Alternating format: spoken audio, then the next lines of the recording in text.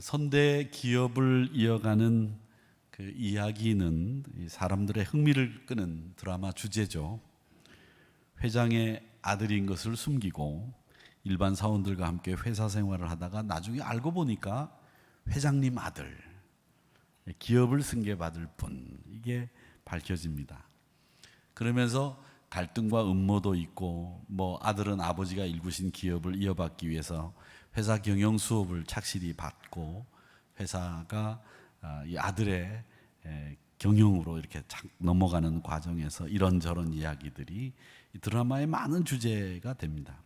저는 이 이야기를 여러분들에게 왜 말씀드리는가 하면 이 이야기가 오늘 본문을 이해하는데 굉장히 도움이 되기 때문에 그렇습니다. 8절의 말씀에 보면 그가 아들이시면서도 받으신 고난으로 순종함을 배워서, 우리 주님은 고난받아야 될 이유가 없습니다.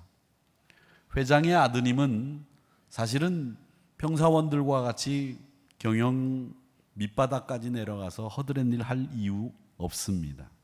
그런데 그 기업의 어려운 상황, 또 현장의 상황들을 몸소 체험하기 위해서 떵떵거리고 남을 부리거나 호사를 부리는 일보다는 밑바닥부터 모든 것을 꿰차고 있어야 앉은 자리에서 처리를 볼 수 있고, 회장이 되어도 어떤 문제든지 처리할 수 있는 능력이 생긴다는 것으로 아버지는 아들에게 기업을 이을 수 있는 훈련을 혹독하게 시키는 겁니다. 그렇듯이 우리 주님도 고난받아야 될 이유가 없고 굴욕을 당할 이유가 없으신 분인데 그는 혹독하게 고난을 받으셨습니다. 왜? 오늘 5절 말씀에 너는 내 아들이니 내가 오늘 너를 낳았다, 이렇게 말씀을 하시고 있습니다. 하나님의 아들이시기 때문에 무엇을 해야 되는 의무나 부족함이 있거나 훈련을 받아야 되거나 더 나은 인성이 필요하지 않습니다. 그런데 하나님이 만드신 이 세상이 너무 암울하고 사악한 곳이 됐어요. 하나님은 판단하시기를 이 세상을 구원하기 위해서는 내 아들이 그 인간이 겪는 슬픔과 아픔과 고통을 겪어야 되겠다는 생각에 그를 인간의 몸을 입게 하셔서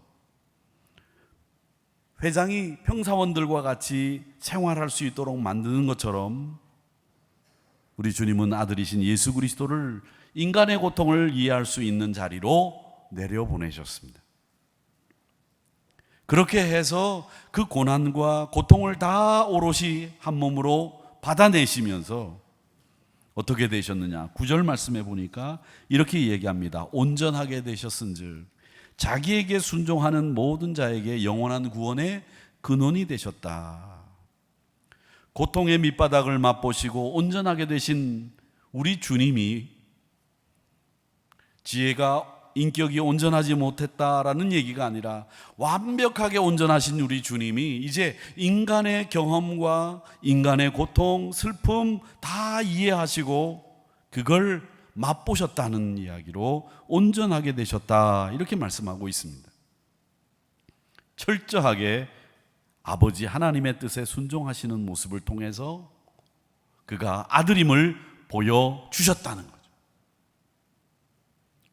그리고 그 아들이신 우리 예수님을 주님은 아들로서의 역할을 감당할 뿐만 아니라 하나님은 대제사장이라고 하는 직무를 완전하게 감당하실 자격을 갖추게 하셨습니다. 이 대제사장이라고 하는 사람은 제가 늘 말씀을 히브리서 강의하면서 드렸지만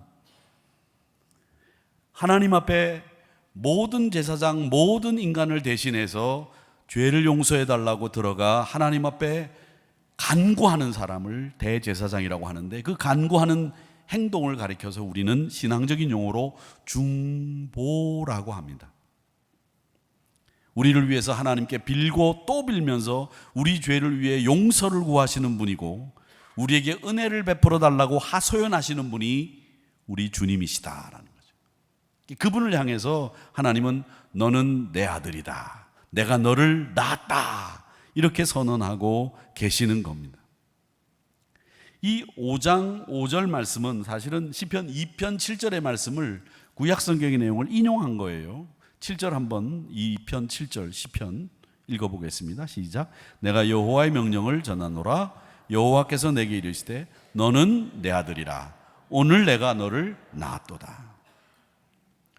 이 말씀과 비교해 볼 수 있는 말씀이 또 있어요. 마태복음 3장 17절의 말씀에 보면 예수님이 이제 요단에서 세례 요한에게 세례를 받고 올라오실 때 하늘에서 음성이 들렸죠. 뭐라고 들렸느냐면 이는 내 사랑하는 아들이요 내 기뻐하는 자라 하시니라. 하늘에서 들린 음성이죠. 오늘 이 말씀은 우리가 오늘 너는 내 아들이라. 왜 웃으시는 거예요? 호산나 성가대원들은 기분 나빠요. 그러니까 똑같이 불렀는데도 1부, 2부, 3부가 다 다르네요. 제가 불렀는데도 이 찬송을 불렀는데 이 찬송은 사실은 우리에게는 위로의 찬송이에요. 지치고 힘들었을 때 너는 내 아들이니 지치지 말거라, 좌절하지 말거라, 실망하지 말거라, 내가 너를 붙들어 준다, 이 말씀인데 사실은 이사야서 41장에 가까운 말씀으로 이 가사가 쓰여졌습니다. 그런데 오늘 이 5장 5절에 너는 내 아들이라 라고 하는 말씀은 하나님이 아들 예수 그리스도를 제사장으로 부르셨다는 부름이에요. 위로라보다는 콜링에 가까워요. 부르심이라는 거죠. 제사장의 직무를 위해서 너를 불렀다. 내가 너를 아들 삼았다. 이 얘기입니다. 백성들의 죄를 용서해 달라고 기도하는 책무를 맡기시기 위해서 너는 내 아들이다. 내가 대제사장으로 너를 불렀다. 이 말씀을 하시고 있는 겁니다. 그 일에 합당한 사람이 내 아들 예수 그리스도. 내가 너를 불렀다. 그 말씀이십니다. 그래서 제가 여러분들에게 말씀드리는 것은 이건 위로보다는 콜링에 가까운 말씀의 뜻이다. 이렇게 말씀을 드리는 거예요. 은혜 충만한 청년 하나가 너무 은혜를 사모하면서 은혜를 이제 받았어요. 이제 막 은혜를 받고 성령 충만하니까 못할 게 없는 거예요. 그래서 야, 내가 은혜를 이렇게 받았으니까 내가 이제 물 위를 한번 걸어야 되겠다 생각을 하고 기도를 막 했어요. 하나님, 제가 은혜 충만한 받았으니까 성경대로 베드로가 물 위를 걸었으니 저도 물 위를 걷겠습니다 하고는 이제 차를 타고 한강으로 갔습니다. 한강에 가서 이제 물 위를 걷겠다고 베드로가 물 위를 걸었던 말씀을 쫙 읽으면서 은혜 충만하고 기도 세게 하고 물 위를 걷기 시작하는 겁니다. 그래서 물에 들어가서 한 발짝을 탁 뗐어요.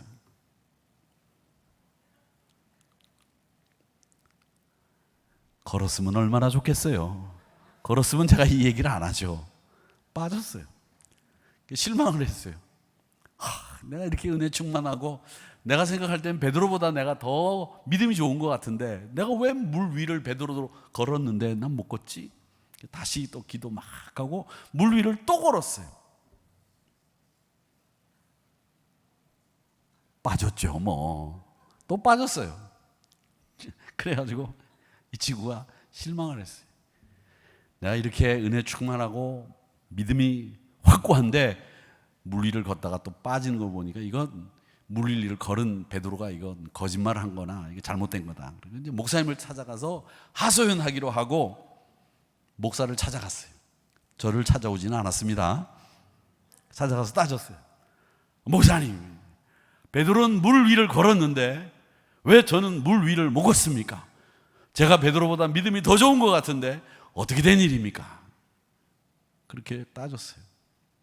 그랬더니 목사님이 황당하잖아요. 근데 이 목사님이 아주 지혜로운 목사님이셨어요. 그래서 청년에게 그렇게 물었습니다. 청년, 그래 물 위를 기도 많이 하면서 걸으니까 걸을 수 있다는 확신이 들던가요? 그러니까 예, 물 위를 걸을 수 있을 것 같았는데 제가 물 위를 못 걸었습니다. 근데 베드로는 걸었는데 저는 못 걸은 이유가 뭡니까? 목사님이 대답하셨어요. 베드로는 주님이 물 위를 걸으라 하셨고, 청년은 물 위를 걸으라는 음성을 들었습니까? 아니요, 그래서 빠졌습니다. 그렇게 대답을 했다는 거예요. 여러분, 아무리 기도를 많이 하셨다고 하더라도 예수님이 물 위를 걸으라 하기 전에는 물 위를 걷지 마십시오. 못 걷습니다. 주님이 부르셨다는 것이 얼마나 소중한지를 제가 말씀드리기 위해서 말씀드리는 거예요. 콜링, 주님이 부르셔야 안 되는 일도 되는 거죠. 주님이 부르셨기 때문에 주님이 물 위를 걷게도 하신 거죠. 주님이 부르셨기 때문에 여러분들이 이 자리에 오신 거고요. 내 발로 온 것처럼 생각이 들지만 주님이 여러분들을 사랑하셨기 때문에 여러분 하나님 백성 삼아 주신 거예요. 오늘 너는 내 아들이라고 하는 말씀은 사실은 위로보다는 주님이 너를 내 아들 삼아 주셨다라고 하는 부르심이에요. 그 부르심이 사실은 위로보다도 더 큰 위로가 될 수 있다는 거죠. 그러면서 우리 하나님은 주님에게 너는 대제사장으로서 이 세상을 구원할 수 있는 대제사장직을 감당해야 된다. 그러니까 아들이라고 하는 말은 헌신이라고 하는 신앙의 자세를 우리에게 가르쳐주는 말씀입니다. 6절에 이 말씀이 나옵니다. 또한 이와 같이 다른 데서 말씀하시되 네가 영원히 멜기세덱의 반차를 따르는 제사장이라. 여러분, 이 멜기세덱은 누구냐면 또 우리가 멜기세덱이 7장에 가보면 또 멜기세덱이 나와요. 그때 또 멜기세덱에 대한 이야기를 해보겠습니다만은 간단히 말씀드리면 소돔과 고모라에 롯이 살다가 그드와 오멜이라고 하는 왕이 연합군을 만들어 가지고 와서 소돔과 고모라를 쳤어요. 그래서 조카 롯을 사로잡아 갔거든요. 그 소식이 아브라함 귀에 들려서 아브라함이 자기 사병 318명을 데리고 사흘길을 쫓아가서 롯을 구해가지고 오지 않습니까? 그렇게 구해가지고 돌아올 때 아브라함을 영접한 사람이 누구냐면 멜기세덱이에요. 그 멜기세덱을 향해서 아브라함이 전리품의 10분의 1을 주면서 약속의 11조를 만들었고, 이 멜기세덱은 아브라함을 축복하게 됩니다. 이 멜기세덱을 성경은 뭐라고 표현하고 있느냐면 하나님을 섬기는 대제사장, 이렇게 표현을 해놨어요. 그래서 이 멜기세덱이라고 하는 직분은 유대인들에게는 어떤 생각을 갖게 하는 사람이냐면 아브라함을 축복한 사람, 그리고 하나님을 잘 섬기는 대제사장이라고 하는 두 가지 직무를 감당하는 이 사람으로 멜기세덱이라는 사람이 딱 각인이 되어 있는 거죠. 유대인들에게는. 그 멜기세덱의 반차를 따라 제사장이 되셨다라는 말은 멜기세덱과 같은 역할을 하시는 분이 예수님이십니다 라고 하는 얘기예요. 그래서 멜기세덱처럼 예수님은 우리를 축복하시고 하나님을 잘 섬기는 이 일을 하시는 분이다라는 거죠. 그래서 7절의 말씀에 보면 그가 우리를 위해서 일하시는 분으로 육체에 계실 때 7절입니다. 자기를 죽음에서 능히 구원하실 이에게, 하나님이시죠? 그 하나님에게, 자기를 죽음에서 구원하실 수 있는 능력을 가진 하나님에게 심한 통곡과 눈물로 간구와 소원을 올려드렸고 그의 경건하심으로 말미암아 하나님 앞에 응답을 들으심을 얻었다라는 말씀입니다. 이 말씀을 보면 예수님이 멜기세덱의 반차를 따라 대제사장의 직무를 감당하셨는데 그게 뭐냐? 통곡과 눈물로 하나님 앞에 간구와 소원을 올려드렸고 그 경건하심 때문에 그 간구와 소원이 응답받았고 하나님을 잘 섬기는 그의 경건하심이 있었다라는 이야기입니다. 여러분, 그래서 우리 주님은 우리를 위해서 기도와 간구를 올려드리는데 그 기도와 간구가 눈물과 통곡으로 올려드리는 기도와 간구라고 하는 거죠. 백성들의 죄를 위해서, 우리의 죄를 위해서, 우리의 어려운 고통을 위해서 우리 주님이 기도하셨다는 거예요. 눈물과 통곡으로. 이 눈물은 하나님이 우리 인간에게 주신 가장 귀한 보배입니다. 인간 말고는 우는 동물이 없어요. 운다고 하지만, 동물 중에 운다고 하지만 그 우는 건 자기 의사 표현이지 슬픈 감정이나 뭐 이런 것을 가지고 우는 동물은 없습니다. 새가 운다고 하지만 그 시인이 자기가 느낄 때 새가 우는 것처럼 하지 새는 안 웁니다. 지적이지. 우는 새 있으면 데려오세요. 우는 존재는 오직 인간입니다. 기뻐도 울고 슬퍼도 울고 울어요. 얼마 전에, 며칠 전이죠, 신유빈이라고 하는 우리나라 탁구 선수가 4강전에서 일본 선수하고 맞붙었어요. 일본 선수는 쪼만하더라고요. 근데 잘하더라고요. 1세트, 2세트는 신유빈이가 이제 이기고 3세트도 이제 무난히 이길 거라고 봤는데 졌어요. 4세트도 지고 5세트가 들어갔는데 11대 11, 12대 12까지 가다가 이겼어요. 끝나고 나니까 일본 친구도 울고 신유빈이도 울더라고. 이긴 사람도 울고 진 사람도 울고, 이겼다고 울고 졌다고 울고 다 우는 거죠. 우리도 슬프다고 울고 기쁘다고 울고 그러잖아요. 그렇지요? 여러분, 기쁠 때 우는 눈물 흘려보셨죠? 기쁠 때 너무 기뻐서 막 눈물이 나와요. 이 감동이 되면 우리 사람은 이렇게 눈물을 흘립니다. 이 눈물은 호소력이 있고 우리 마음을 치유한다고 하죠. 여러분, 안 우는 사람이 좀 그래요. 그러니까 많이 우세요. 아셨지요? 눈물이 많은 사람이 정이 많은 사람이에요. 그리고 우리 신자도 눈물을 많이 흘리는 신자들이 은혜를 받는 신자들이에요. 보면 냉랭해가지고 마음이 강팍해가지고 말이죠, 설교 시간에 와가지고 앉아가지고 뭐하나 이러고 쳐다보고 말이죠. 은혜가 안 돼요. 설교는 설교자가 중요한 게 아니라 설교 듣는 성도가 중요한 거예요. 마음 문이 쫙 열려 있으면 어떤 설교를 해도 은혜가 돼요. 그래서 여름에 이제 산상 집회 같은 데 가서 설교를 하다 보면 설교가 되게 쉬워요. 왜 쉬우냐? 은혜 받을 준비를 하고 올라오신 분들이기 때문에 뭐 아무 말이나 해도 막 은혜 받아. 아멘 막 하고. 근데 주일날 교회에서 이게 목사가 설교하면 막 아무 말이나 하면 안 돼요. 은혜를 안 받아. 끝나고 나는데 그래. 그러니까 은혜 받을 준비가 돼 있는 분과 은혜 받을 준비가 안 돼 있는 분과의 차이가 있다는 거죠. 우리 눈물을 많이 흘리는 신자들은 마음의 치유함도 받고요. 또 기독교 역사를 보더라도 하나님이 귀하게 사용하신 사역자들을 보면 다 눈물의 사역자들이에요. 예레미야 보세요. 눈물의 선지자라는 별명이 있지 않습니까? 또 사도 바울을 보십시오. 사도 바울은 눈물로 시작하는 사도였어요. 사도행전 20장 18절의 말씀에 보면 겸손과 눈물로 기도한다고 했고, 내가 눈물로 훈계하던 것을 기억하라고 했고, 고린도 교인들을 위해서는 내가 눈물로 기도한다고 눈물을 많이 흘린 분이고, 빌립보 교인들을 향해서는 너희들 생각날 때마다 내가 기뻐서 감사해서 눈물이 난다 했어요. 우리 사랑하는 성도 여러분, 여러분 누군가를 생각하면 눈물이 나는 사람이 있습니까? 없습니까? 눈물이 나는 사람은 아무도 없고 누군가를 생각하면 이가 갈려요? 황망한, 그리고 빈곤한 삶을 사는 거예요.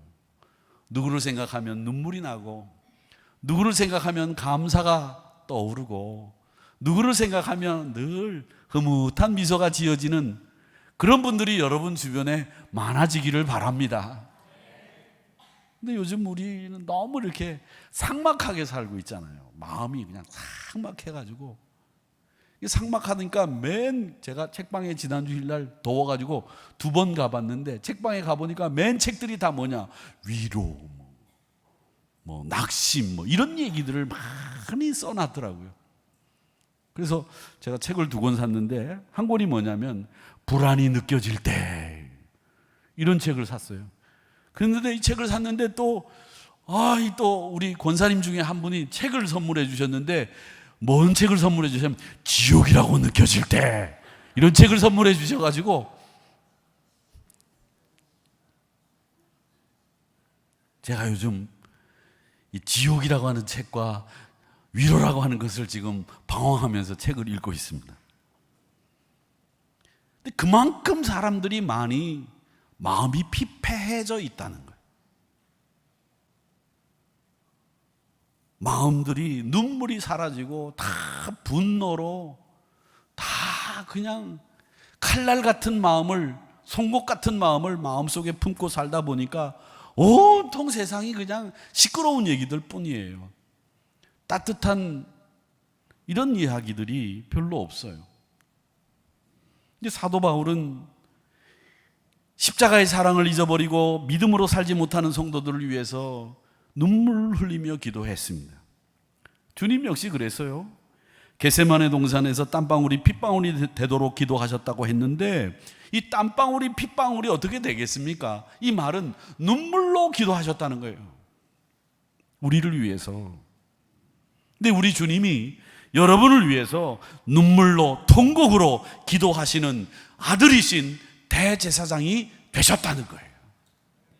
여러분을 위해서 지금 하나님 앞에 눈물과 통곡으로 기도와 간구를 올려드리는 분이라는 이야기를 하시고 있다는 거예요. 우리 주님은 아버지를 잘 아셨어요. 그러니까 이 아버지를 잘 알면 실망 안 해요. 좌절하지 않아요. 왜? 아버지가 나를 제일 좋은 곳으로 이끌 것을 믿기 때문에. 생선을 달라 하는데 뱀을 줄 아버지가 없고, 떡을 달라 하는데 돌을 줄 아버지가 없기 때문에, 우리 주님은 그걸 아시기 때문에 무슨 상황을 만나도 실망하지 않는 거예요. 그래서 하나님 앞에 눈물과 통곡으로 기도를 올려드렸고, 이게 초대교회 기도가 되었습니다. 그리고 이게 바로 우리가 갖춰야 될 기도의 모습이기도 합니다. 기도는 실망해서 드리는 게 아니에요. 소망을 갖고 드리는 거죠.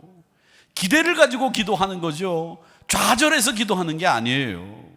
하나님이 분명히 나를 가장 좋은 최상의 궁극의 자리로 인도해 주실 줄 믿습니다. 이 믿음 가지고 기도하는 거죠. 그게 진짜 눈물의 기도예요. 우리 한국의 기독교 역사를 이야기하면 꼭 1907년 평양 대부흥운동을 이야기합니다. 평양의 장대현 교회에서 시작된 이 1907년 이 부흥운동은 시작이 어떻게 된 줄 아십니까? 어떤 유명한 강사 목사님이 오셔서, 빌리 그레함 같은 목사님들이 오셔서 설교하고 은혜를 끼쳐서 부흥운동이 일어난 게 아니에요. 여기에 부흥운동은 한 가지밖에 없습니다. 눈물, 그리고 회개운동이에요. 목회자로부터 시작을 해서 울고 또 울고, 그 운 목회자들의 회개로부터 시작을 해서 부흥운동이 시작이 됐어요. 김명형 목사님이라는 분이 이 평양 장대현 교회 부흥운동을 어떻게 서술하셨는가 하면, 2,000명 이상 모이는 그 교회에 회중이 차고 넘쳐서 사경회에 모인 모든 성도들이 소리쳐 울고 가슴을 치고 통곡을 하면서 하나님 앞에 기도를 했는데, 그 기도 소리가 마치 불기둥처럼 강단에서 하늘로 올라가더라, 그렇게 표현하셨어요.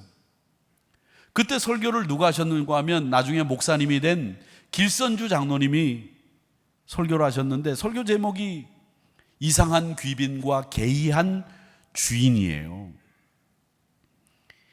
이상한 귀빈은 누구냐면 우리 예수님이라는 거죠. 존귀하고 어미하신 분이 비천하고 누추한 땅에 오셨으니 이상한 귀빈이고, 귀중한 몸이신 우리 예수님이 밖에서 오래 기다리시니 이상한 귀빈이시고, 전능하신 분인데 그냥 문을 두드리고 기다리고 계시니 이상한 귀빈이다, 이런 내용의 설교를 하셨어요. 또 괴이한 주인이라고 하는 말은 귀빈을 받아주지 않으니 괴이하고, 자애하신 그 귀빈을 환영하지 않으니 괴이하고, 간절한 음성을 듣지 않으니 괴이하고, 굳게 닫은 문을 열지 않으니 괴이하다, 이렇게 설교를 하셨다는 거예요. 설교 내용이 그게 다예요.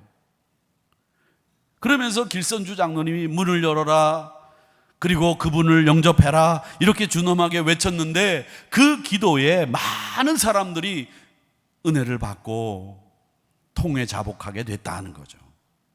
이 장례가 금방 울음바다가 됐다는 거예요. 그러면서 이 길선주 목사님이 갑자기 기도하시다가 큰 소리로 나는 아간과 같은 죄인입니다. 그러면서 지난날의 죄를 회개했는데 그 지난날의 죄가 뭐냐면 길선주 장로님이 친구가 죽으면서 야, 길장로 내 재산을 좀 정리해다오. 그리고 맡겼다는 거예요. 근데 그 재산을 정리하면서 착복했대요, 자기가 일부를. 그래서 그 죄를 토설하고 회개를 시작하면서 평양대부흥운동이 시작됐다는 거예요. 눈물과 회개의 기도가 동족을 살리고 대한민국을 살리고 대한민국 기도 역사를, 기독교 역사를 바꾸는 단초가 됐다는 거죠. 사랑하는 성도 여러분, 우리 주님이 그렇게 눈물과 통곡으로 기도하셨다는 거예요. 누구를 위해서? 나를 위해서.